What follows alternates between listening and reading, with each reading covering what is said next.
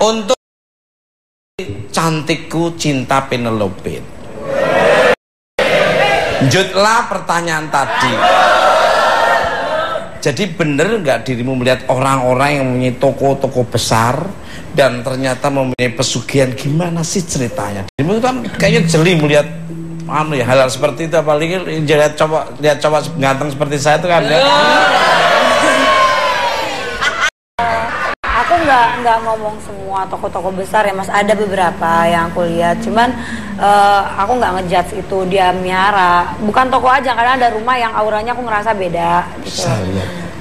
Pasti kalau misalnya ada makhluk-makhluk gitu pasti ke kitanya tuh ada gimana ya? Ya, kalau ada sinyalnya ada ya. Iya, ketariknya tuh beda gitu, aura panasnya beda. Terus terkadang ada ngelihat makhluk juga berbentuk kayak sinaran apa. Cuma kita nggak tahu dia lagi main apa emang lagi di situ. Tapi ada juga yang menggunakan itu buat penjagaan biasanya. Nggak mampu nge-hire yang satpam manusia, mungkin yang serem amat sih musiknya. Jadi yang nge-hire-nya yang kayak gitu kali. Jadi mungkin lebih banyak kok. Betul. Konon ceritanya yang dilihat teman saya ini juga katanya ini yang jaga rumahmu kol malahan katanya kan orang yang tahu gitu. Bentuknya kayak apa Mas? Iya kayak teman-teman saya ini. Ini sampai merinding lihat. Oh gitu Mas. Sampai dia kaget karena nggak pernah lihat sosoknya, tingginya tuh satu rumah sendiri Mbak Bejo. Bener. Satu rumah katanya. Saya kalau dilihatin kayak gitu saya lari duluan.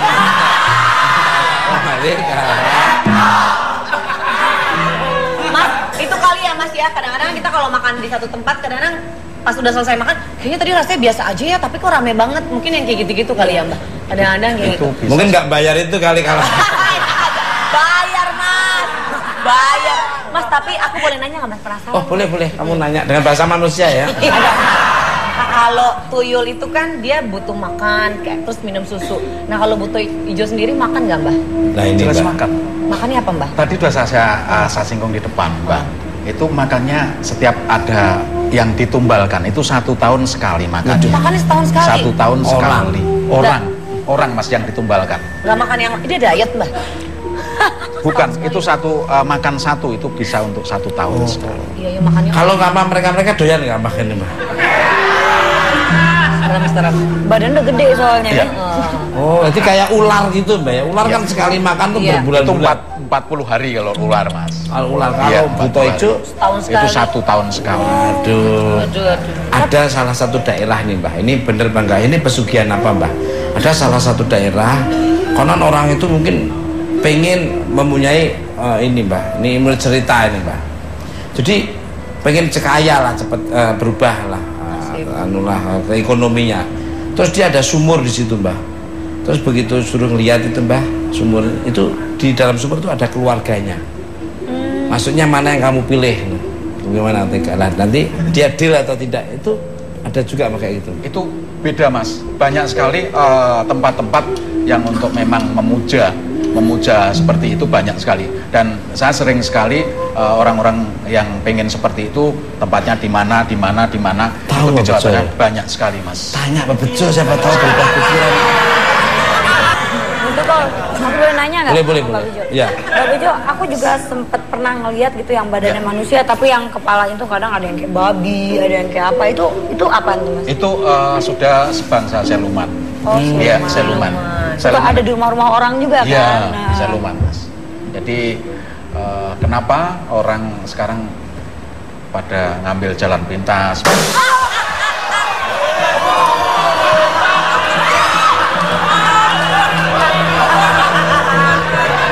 Ngomong silumannya datang. Happy Mas, happy. Kagetin aja lu Pep. Happy ya? Happy. Nah, ngomong siluman dia tersinggung berarti. Mbak, kalau orang bilang saya siluman taper ki bener nggak Mbak? Balik kalah. Terus Mbak, tadi menarik nanti. Tambah Bejo lagi Mbak. Biasanya buto ijo itu dipakai untuk pesugihan seperti apa sih Mbak? Apa sebagai penglaris dan katanya bisa dijadikan penjaga juga oleh lembaga keuangan atau bank? Monggo Mbak, bener nggak Mbak? Ya. Salah satunya orang mengambil buto ijo itu pasti ada barternya, itu pasti. Itu pasti ada barternya ya, seperti tadi harus bisa ngasih sesuatu sama buto itu ijo itu tadi untuk dimakan, seperti itu Mas.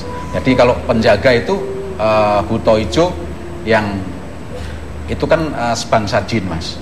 Jadi sebangsa jin itu jin enggak semuanya, buto ijo itu enggak semuanya ganda semuanya, enggak. Bisa disuruh untuk penjaga. Tapi orang penjaga masuk situ ngambil beneran, itu yang kemakan. Kembali kalah Mbak Bejo. Katanya dulu sempat dipanggil oleh kepala desa untuk membuktikan adanya buto ijo di daerah Boyolali. Boyolali, jadi boyo yang lupa, di krokodil forget bahasa Inggrisnya. Boyo lupa. Dekat dengan Salatiga Satya Wacana, sampingnya di situ ada Sembir juga ada.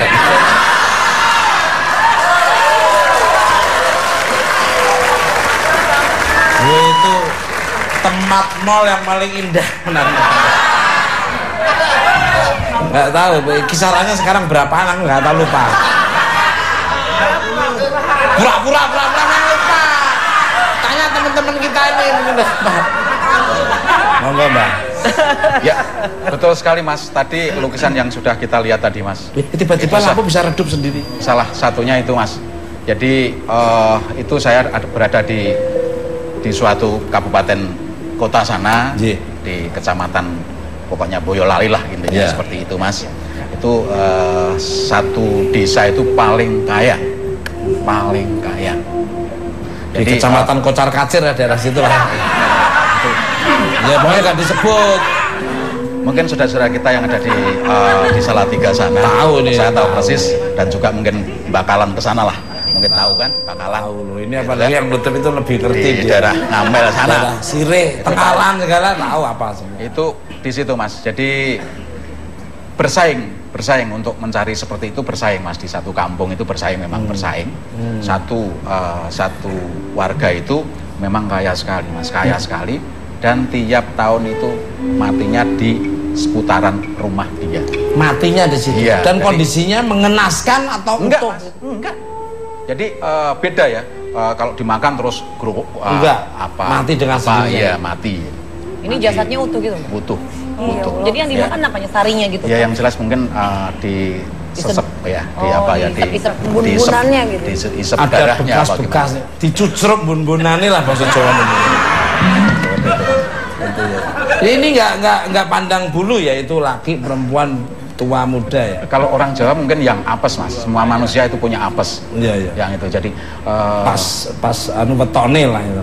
Ya mungkin apes aja lah, yang apes. Titik kelemahan lah. Iya betul Mas.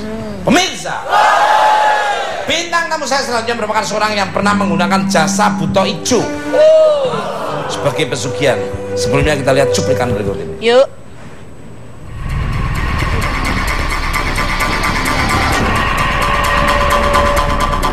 Pemirsa, apa yang Anda ketahui mengenai sosok buto ijo? Konon, sosok buto ijo merupakan sosok gaib yang bertubuh tinggi besar seperti raksasa berwarna hijau. Buto ijo merupakan sosok gaib yang sering dijadikan sekutu untuk mencari kekayaan dengan jalur pesugihan. Pesugihan buto ijo adalah termasuk pesugihan hitam yang mengharuskan adanya tumbal berupa korban nyawa manusia, seperti kerabat dekat dari orang yang memelihara pesugihan sampai anak maupun istri.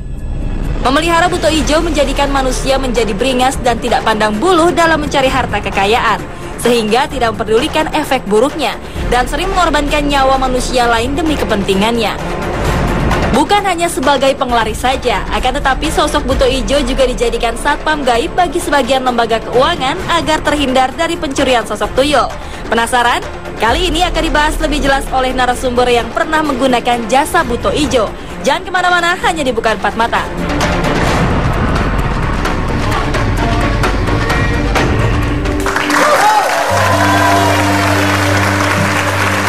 Baik, pemirsa pasti penasaran dan sudah nggak sabar siapa dia yang pernah memelihara buto ijo. Kita sambut Kemuning.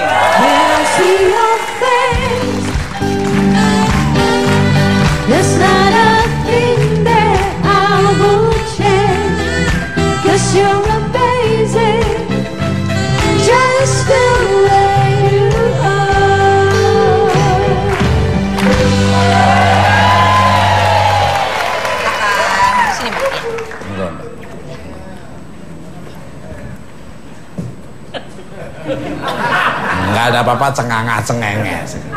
Belum ditanya. Kayak orang stres. Balik kalek. Selamat malam untuk Mbak. Apa kabarnya Mbak Kemuning? Gak usah nakutin. Saking ini lebih familiar, lebih seperti anggap keluarga. Apa kabar? Jawabnya gitu juga Mbak. Baik ya Mbak. Untuk Mbak Kemuning ini atau Mrs. Yellow ini. Saya juga penasaran sama ceritanya. Apa benul ini dirimu? Betul untuk cowok, cewek benul ya. Kan ada yang nul-nulnya. Ludu pernah menggunakan buto ijo sebagai pesugihan.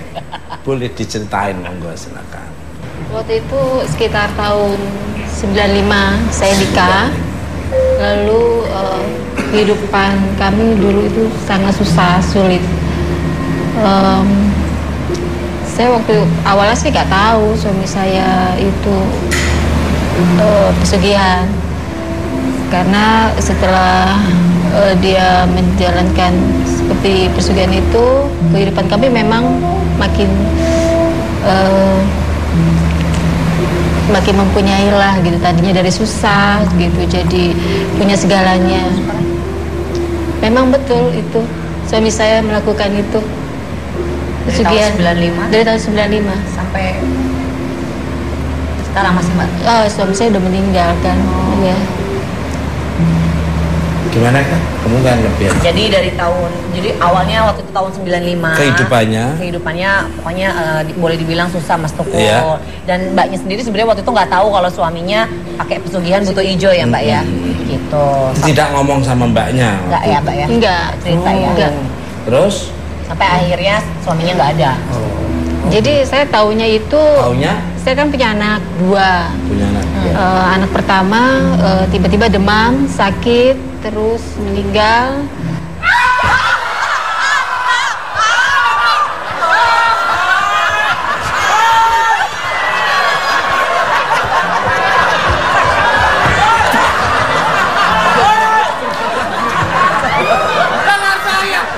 Tangan saya nggak ada, Mas. Tangan saya nggak ada. Terserah. Tadi ada. Nanti bisa muncul sendiri. Ada.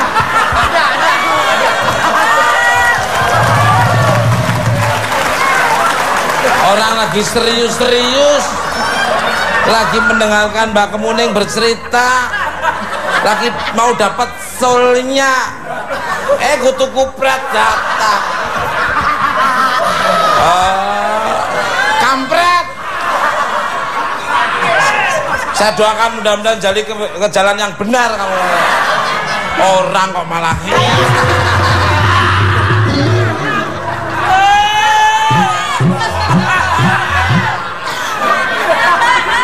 ini juga nih orang duduk digeser-geser. Balik ini menarik ini. Mbak, maaf Mbak, itu tadi kampret itu nggak tahu ngapain. Dengar dulu nih. Lalu Mbak jadi anak pertama waktu itu sakit. Iya, sakitnya tuh demam, mendadak demam gitu aja gitu. Tapi itu prosesnya nggak lama. Setelah itu tokoh udah meninggal. Terus beberapa tahun kemudian lahir lagi anak kedua. Ternyata mengalami hal yang sama seperti itu. Secara tiba-tiba aja, saya juga nggak tahu gitu penyebabnya apa gitu. Padahal kelihatannya sehat. Setelah itu kok saya bercerita gitu, kenapa ya kok hidup kita jadi gini, dari susah akhirnya jadi punya segalanya, tapi anak kita kok nggak ada dua-duanya. Dalam waktu berapa tahun tuh Mbak? Anak pertama 3 tahun, anak yang kedua 1 tahun sih, baru 1 tahun. Terus udah gitu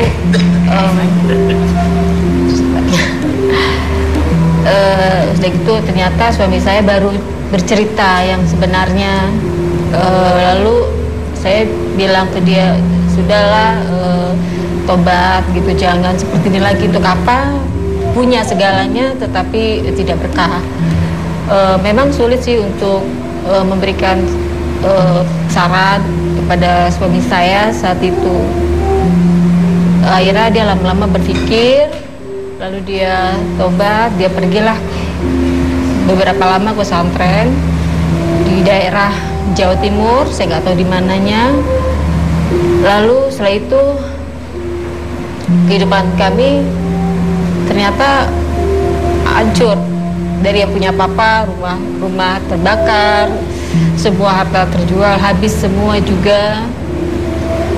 Akhirnya kami hidup ngontrak dari satu tempat ke tempat yang lain, pindah-pindah kontrakan. Terus nggak lama suami saya ikut meninggal juga. Suaminya meninggal?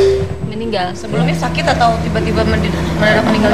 Nggak mendadak sih, nggak mendadak meninggal. Awalnya kayak demam-demam. Saya pikir kan sama gitu kan, demam-demam biasa, minum obat sih. Kelihatannya nggak lama prosesnya sudah nggak ada. Berapa tahun selisih waktu pemutusan hubungan dengan Buto Ijo itu, terus berapa tahun jangkanya? Setelah anak kedua meninggal. Suaminya jangkanya? Berapa lama tuh Mbak? Dari anak kedua meninggal sampai akhirnya mutusin untuk berhenti nggak pakai pesugihan Buto Ijo lagi dan pakai suami meninggal. Kurang lebih nggak sampai 1 tahun, nggak sampai 1 tahun dia baru jujur, baru terbuka, gitu. Kembali kalau dari Mbah Bejo ini menanggapi cerita Mbak Kemuning ini bagaimana? Monggo Mbak Bejo. Ya. Itu betul sekali Mas, betul sekali. Tadi saya juga sedikit tengok sana kiri ini. Pada saat maaf, mungkin keluarga ibu ini hadir. Selalu ada.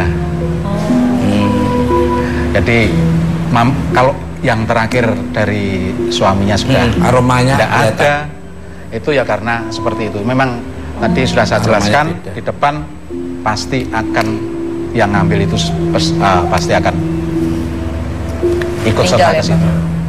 Maaf, sempat melihat sosok Buto Ijonya nggak waktu itu? Monggo. Memang sih sempat, tapi hanya selintas karena saya juga aslinya penakut. Cuma saya taunya tinggi besar aja, terus matanya merah. Setelah itu saya nggak berani lihat. Terus di rumahnya Mbak itu biasanya ada apanya? Atau mungkin ada ruangan khusus yang tidak boleh orang masuk? Atau mungkin hanya dulunya suaminya? Atau hanya Mbak aja? Atau apa? Ada tempat khusus gitu kan? Ada Mas Tukul. Apa? Isinya apa aja? Ruangan khusus, tapi saya nggak boleh masuk. Saya nggak boleh lihat. Dan saya memang dilarang. Mbak pada saat itu nggak curiga atau? Curiga pasti, tapi nanti kalau saya melanggar dia nanti lebih marah lagi. Oh, takut. Mbak Bejo, biasanya ruangan khusus itu isinya apa aja? Itu sesaji Mas. Pasti ada sesajinya. Sesajinya biasanya apa Mbak? Kalau teman saya mie instan ya, mau telur ya. Mie instan, telur, kopi, gula, masuk. Itu. Beda dong. Buto Ijo itu apa Mbak? Sesajinya Mbak? Sesajinya itu banyak sekali Mbak. Jadi sesajinya banyak sekali, ada di situ ada apa? Kendi ya Mas. Kendi yang dibuat dari tanah liat itu. Terus kembang 7 rupa. Itu pasti harus diganti tiap harinya. Minimal 3 hari lah. 3 hari harus diganti. Terus pisang raja. Itu, terus dupa, wewangian yang lain. Terus persyaratannya harus ada mungkin hasil kemarin mendapatkan berapa rupiah, umpamanya seperti itu harus ada di situ Mas.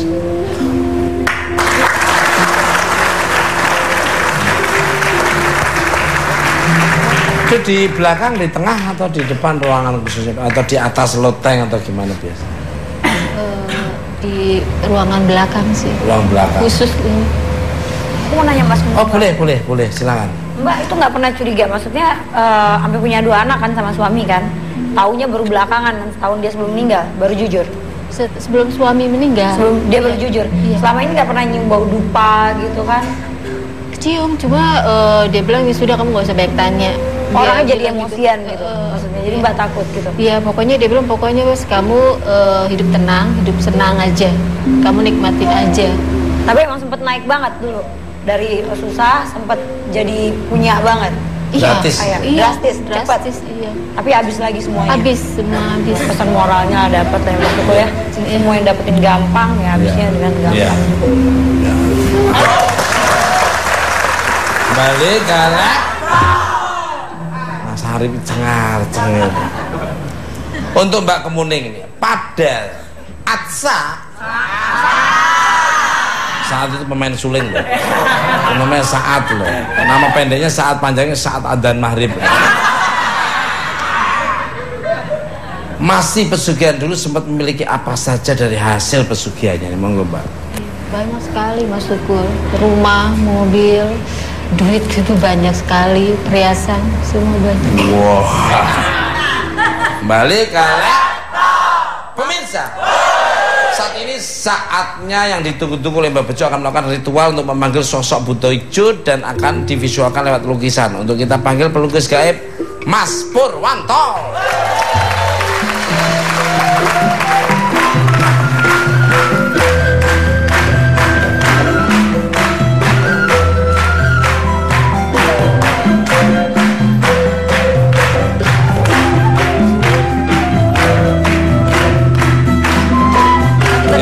Gimana di depan sini? Langsung aja sini Mas. Monggo Mbak. Di sini Mas. Ya. Mas Purwanto, monggo. Yes. Agak ke depan Mbak, kena mancal ke sini nanti kena di sini situ. Ini kasihan ya. Hidupnya kepancal-pancal maka pancal agak mancal. Agak sini. Agak mundur sedikit Mas Purwanto. Sini, nah sini sebelah sini, pas sini. Sini aja.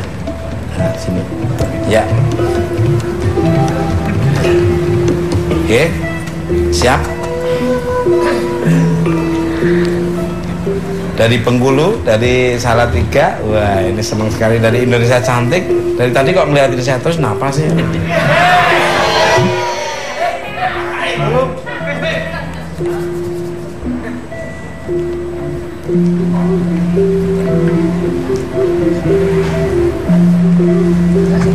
Tresno, apa kabar Tresno? Saudaranya loh ini. Iya, ada Tresno.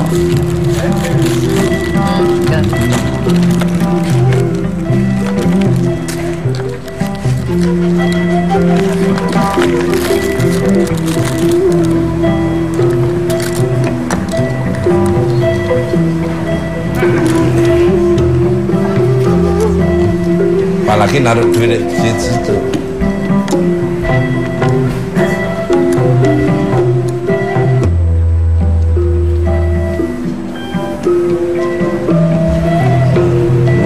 Sekali kamu kayak gitu, jangan nasi terus.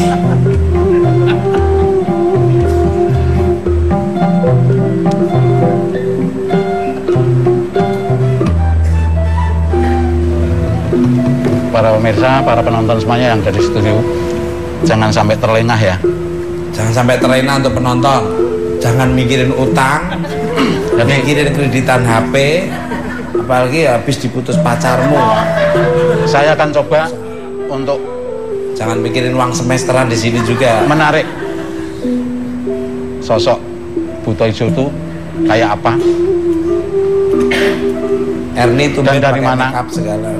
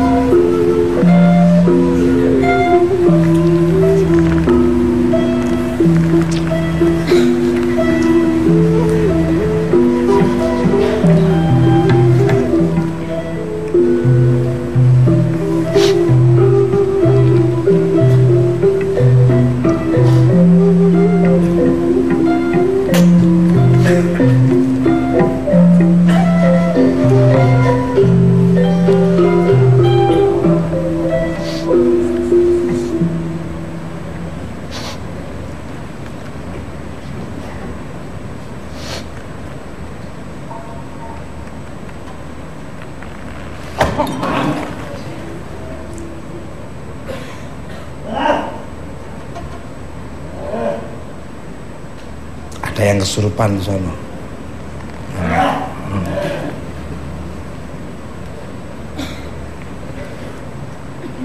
Tuh, nggak apa-apa Mbak, nggak apa-apa. Jajak ngobrol aja, nggak apa-apa.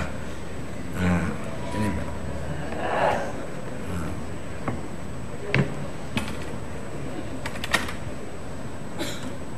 Ada yang kesurupan pemirsa.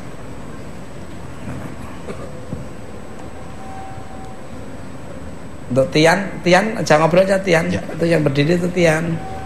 Monggo silakan Oh, silakan. ngobrol. Ini mungkin pengen ngobrol. Pram aja, Pram. Selamat malam. Pram, sini Pram.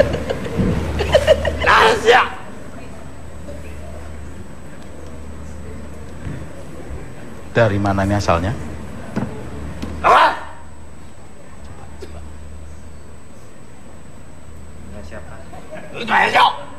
Bu Takja dari mana? Bogor. Bogornya sebelah mana? Kebun Raya. Oh, Kebun Raya. Kebun Rayanya di kebun mana? Ini dari Kebun Raya Bogor. Gimana? Kebun Raya Bogor. Kebun Oh, Raya Kebun Bogor. Raya Bogor. Nasi. Kebun Raya Bogor. Iya. Iya. Saya namanya Mbah Bejo. Nasi yang lain. Oh, kenapa Mbak Bejo manggil dia? Oh iya, Nah, minta maaf sebelumnya saya memanggil. Saya pengen tahu penonton di studio maupun yang ada di luar studio sana itu tahu. diundang ka dia tanah naon? Nuk mere nasi lain. Mau ngasih apa katanya?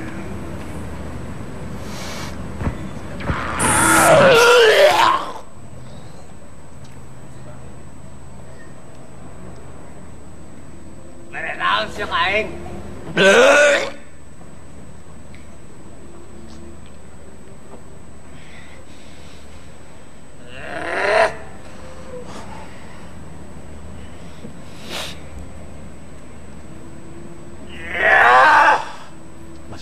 ambilin apa?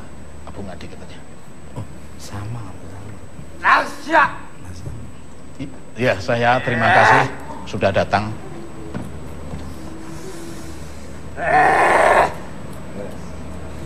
Anas. Pulang ya. Anas. Ya. Pulang ya. Nah, ada Pram. Wah, ada Pram lancar semua.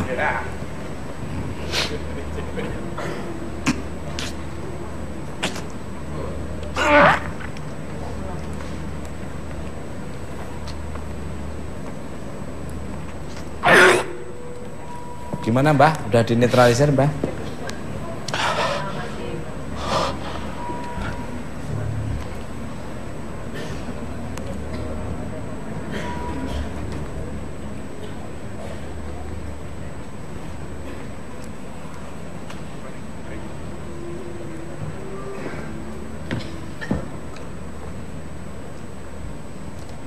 Assalamualaikum.